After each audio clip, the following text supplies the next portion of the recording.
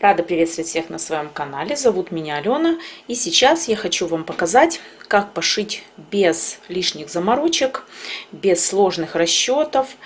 Вот такой вот чехол для снапов.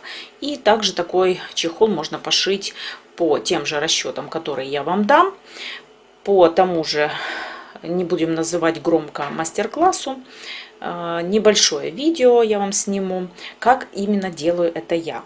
Я буду вам подробно все рассказывать, так как я столкнулась с рядом сложностей, потому что я не умела шить. Сейчас я уже более-менее, вот так у меня получается уже.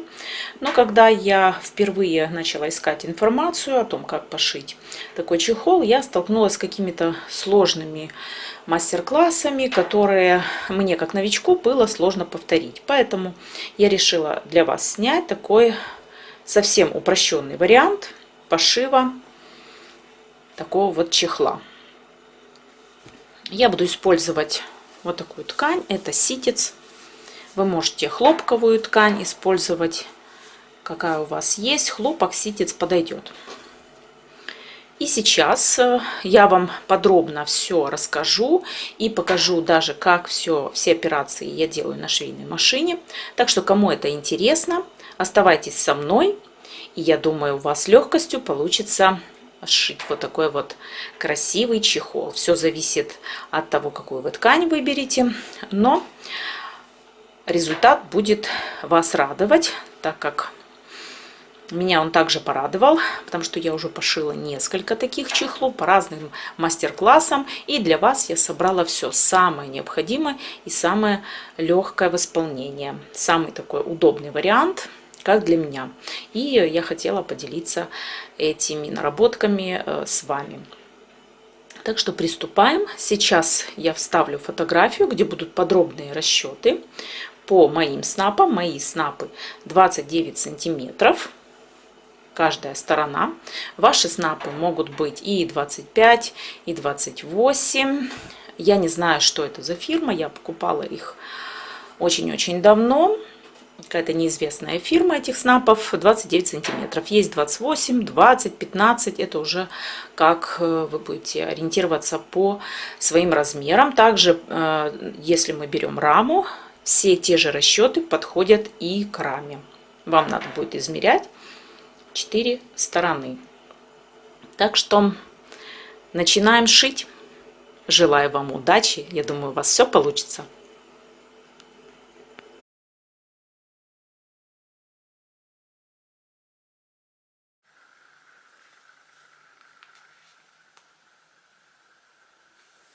Сейчас я попробую подробно вам рассказать, как рассчитать длину и ширину ткани.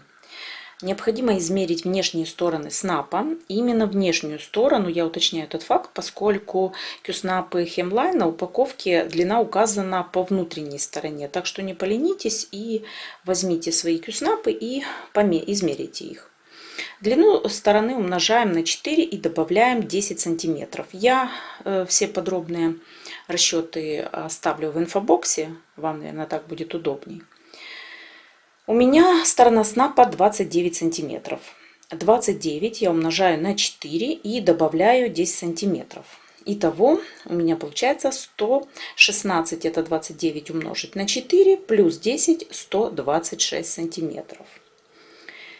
Это необходимо вам сделать одну большую полоску. У меня такой ткани нет, я сделала две полоски по 63 сантиметра. Ширина полоски 16. Ширину отреза можно варьировать от 14 до 17 сантиметров. Я обычно беру 15, 16, 14 это совсем такие узенькие будут. Будет такой чехол.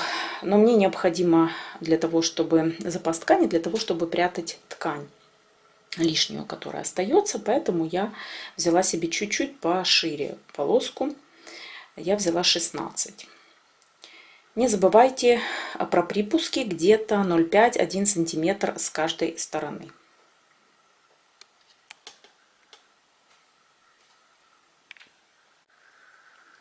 Вам необходимо будет еще рассчитать резинку. Резинка обычная бельевая Вот черная, белая, бежевая, красная. Ну, в общем, какие хотите варианты цветов. Выбирайте, какая есть, такая и пригодится. Длина резинки — это сумма двух сторон снапов плюс 5 сантиметров. Мои снапы 29. Значит, 29 я умножаю на 2 плюс 5 сантиметров. 29 на 2 это у нас 58, плюс 5 63. Размер, длина резинки. Таких резинок должно быть 2. Ширина отреза от 14 до 17 сантиметров. Это вы уже выбираете на свой вкус. Мне, допустим, сейчас вот я сделала 16 сантиметров, потому что мне необходимо, чтобы под этот чехол была спрятана ткань. А ткани достаточно много. То есть размер работы большой, а снапы не очень большого размера. Поэтому я сделала расчет на 16 сантиметров. Кому нет такой необходимости, запаса ткани у вас мало, не надо ничего прятать, можно взять 14 сантиметров в ширину, этого будет достаточно. Так, и я хочу подвести итог. Вам необходимо взять полоску длиной 1,26 м, 126 сантиметров и ширина от 14 до 17 сантиметров. Так как у меня нет такой полоски, итог. Моя ткань, у меня две полоски получилось по 63 сантиметра в длину и ширина 16 сантиметров. Это мы делаем с вами, напоминаю, чехол на снапы 29 сантиметров. И сейчас у нас первым действием будет, нам необходимо сложить две полоски лицевыми сторонами, края сложить их вместе и сшить. Получится кольцо. Это будет выглядеть вот так. Мы складываем лицевые стороны, лицо к лицу. Вот. Сшили, проложили шов здесь и проложили шов вот здесь. И у кого есть оверлок, можно пройтись, вот эти вот стороны пройтись оверлоком. Если нет, можно сделать следующее. Можно сложить две полосочки вот так вот изнанкой.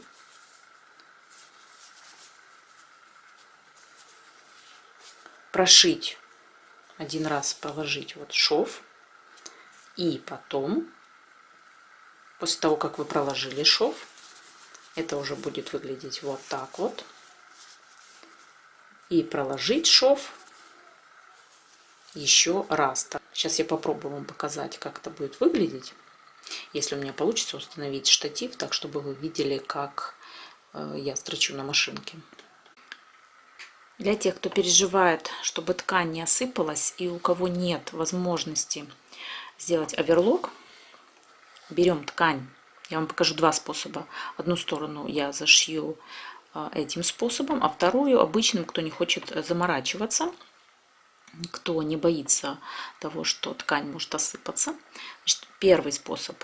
Берем сейчас ткань, складываем изнаночной стороной и прокладываем шов где-то 0,5 сантиметров. Нам необходимо проложить шов. Еще раз напоминаю, ткань мы складываем изнаночной стороной к друг другу.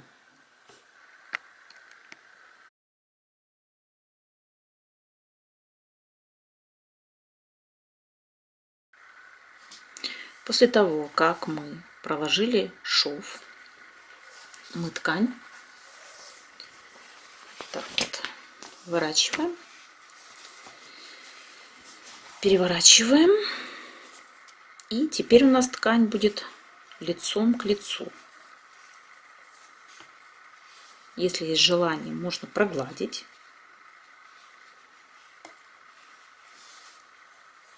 Загладить вот этот шов. И теперь нам необходимо проложить строчку. И в итоге у нас получится красивый шов. Сейчас мы проложим строчку. Ткань сложили лицом к лицу. Вот у нас этот шов остается внутри. И это позволит ткани сохраниться и не рассататься.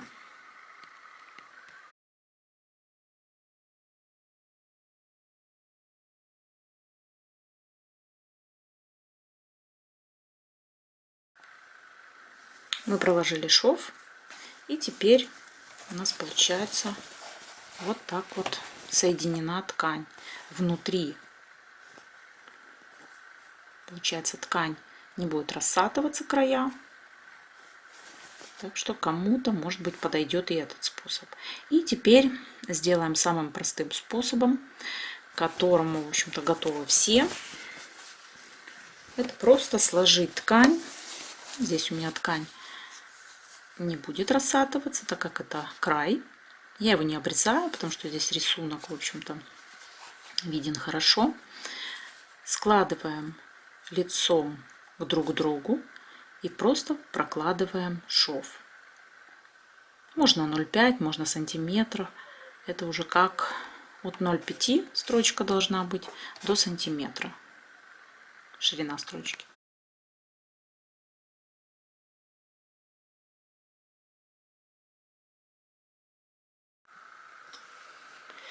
И вот получился у нас вот такой вот шов. И получилось у нас вот такое вот кольцо.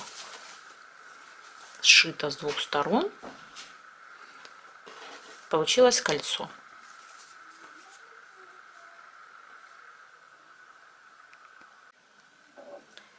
Сейчас необходимо взять вот такие вот булавки. Можно и без них, это как вам будет легче. Сделать подгиб по краю дважды. Вот. Показываю наглядно, как это выглядит. Вот вы делаете подгиб один раз. Покажу поближе. Один раз. И второй раз. Мое видео рассчитано для тех людей, которые вообще не умеют шить. Я также не умею шить, но мне удалось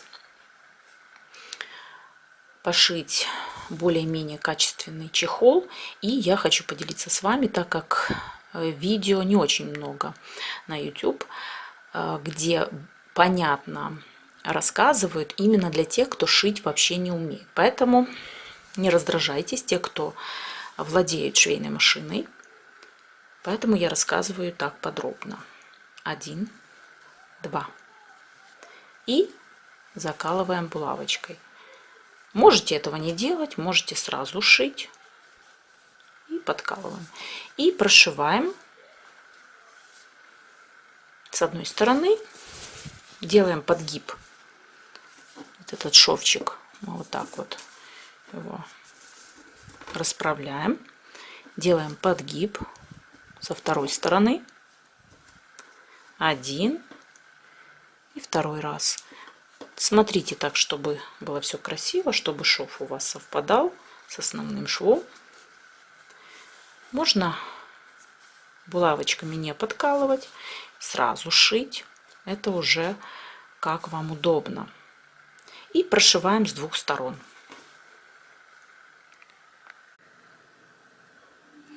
Булавочки. Для того, чтобы шить на машинке и, возможно, даже их не вытаскивать, мне удобно располагать вот таким вот способом. Но я знаю девочек, им удобно вот таким вот способом. Мне удобно при шитье вот так располагать. Хотя я могу сделать и без булавочек. Но для вас, наверное, я покажу, как это сделать с булавочками. Вот видите, как я их размещаю. И потом по ходу можно вытаскивать их. Можно не так часто, но если вы не уверены в себе, то делайте их почаще.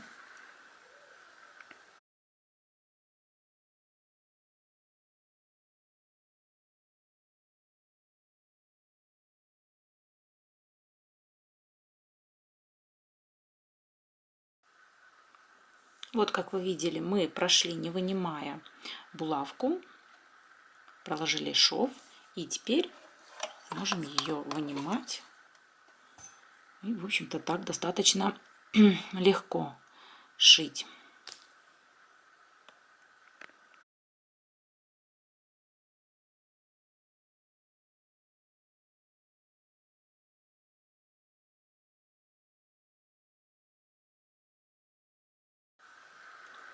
Как видите, с легкостью шов прокладывается с булавками, так что ничего сложного в этом нет.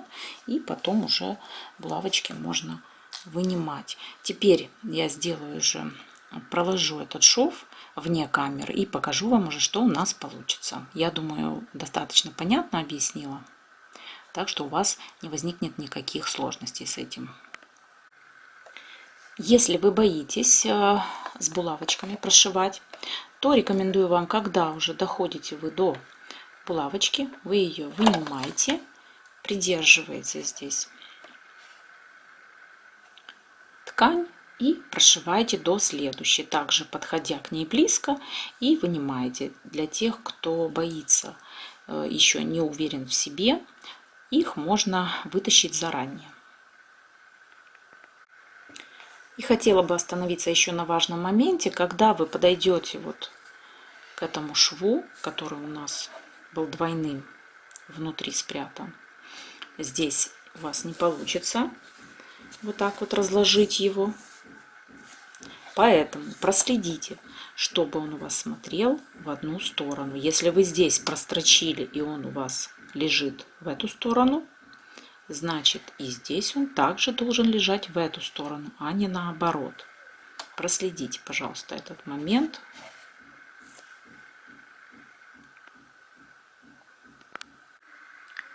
И еще хочу сказать для тех, кто совсем новичок, так как мне тоже в первое время было сложно проложить ровную строчку. Вот так, чтобы она смотрелась. Она у меня была настолько кривая в разные стороны. Значит, если у вас вот такая обычная лапка стандартная, да, значит, вот у нас игла, она здесь прокладывает свой шов. Раньше я ориентировалась на вот этот хвостик, потом на вот этот ориентир.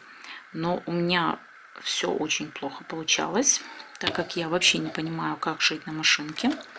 И теперь я делаю так. Вот эта вот часть, вот эта, она должна идти вот по этому краю. И когда вот эта часть у вас идет ровно по вот этому краю, то строчка ложится идеально ровно. Вот так вот.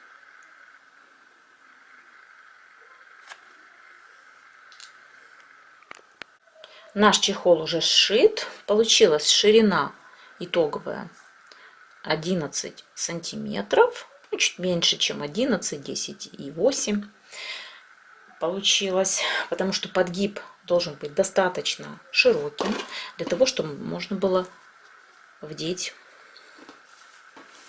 Вот достаточно широкий должен быть, для того, чтобы вот такая обычная бельевая резинка проходила без труда. Теперь необходимо взять булавочку и будем вдевать резиночку. Я сделала самый простой способ. Есть разные способы.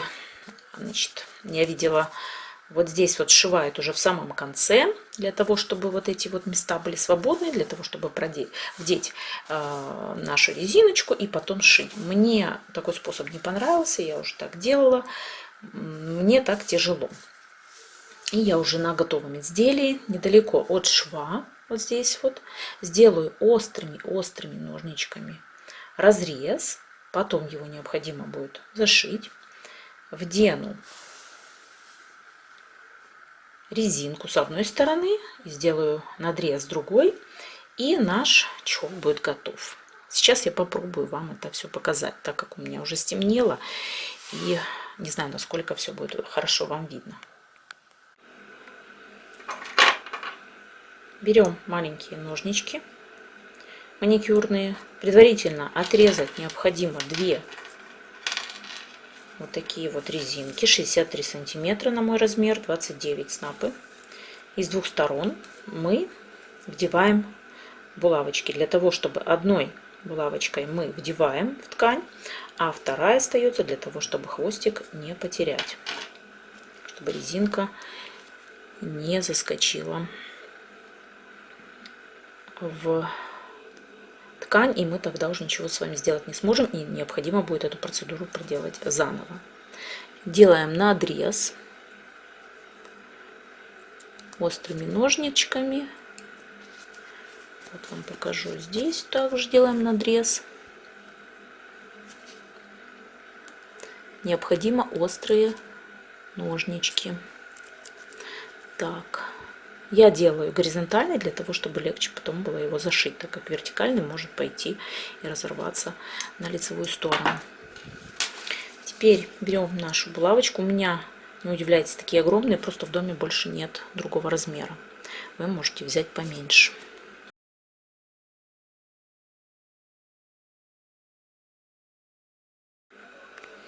И вдеваем по всему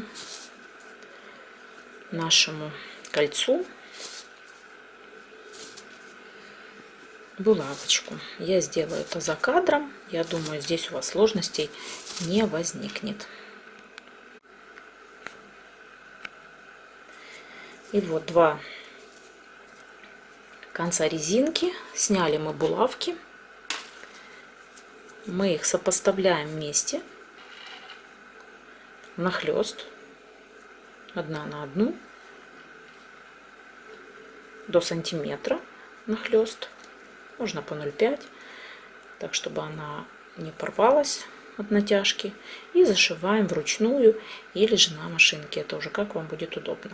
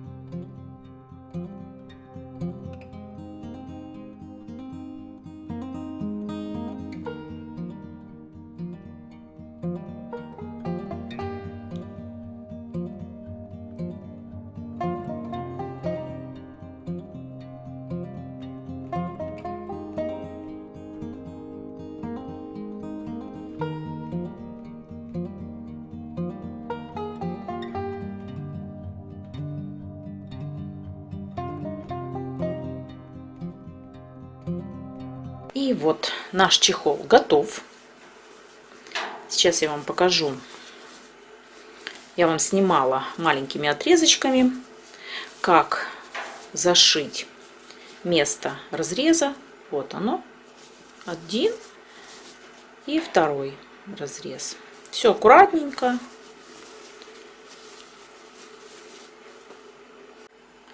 Так как ткани у меня много в этом процессе, и мне необходимо ее прятать, поэтому я взяла ширину 16 сантиметров. Вы можете брать и меньше, от 14 до 17, как я уже говорила ранее. Это уже смотрите сами. Но для меня это самый такой оптимальный размер. Мне нравится, как этот чехол смотрится. Эта ткань также еще и травмируется снапами, равномерка травмируется и обычными, я уже не говорю о нурге, пяльцами. Вот такая вот, покажу вам для информации. Анкор равномерка, 25 каунт. Она как-то деформируется. И для того, чтобы ткань не травмировалась снапами или пяльцами, прокладываю салфетки. Это салфетки для влажной уборки. Продаются в любых хозяйственных магазинах, в любых супермаркетах. Такая мягкая ткань. Вот она. Можно брать и кружевом, можно также под вот эти вот крепления подкладывать кружево.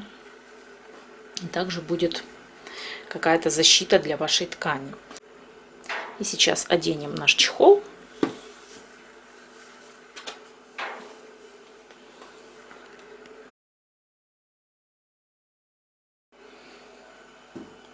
И вот снапы одеты в чехол.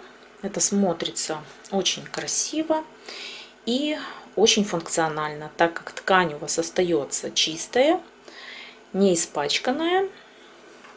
Она вам не мешает, потому что также ткань можно и пришить, потому что вот эти хвосты, они здесь везде вам будут мешать. Так они вот заправлены под чехол. Как видите, глубина можно было даже еще и глубже делать.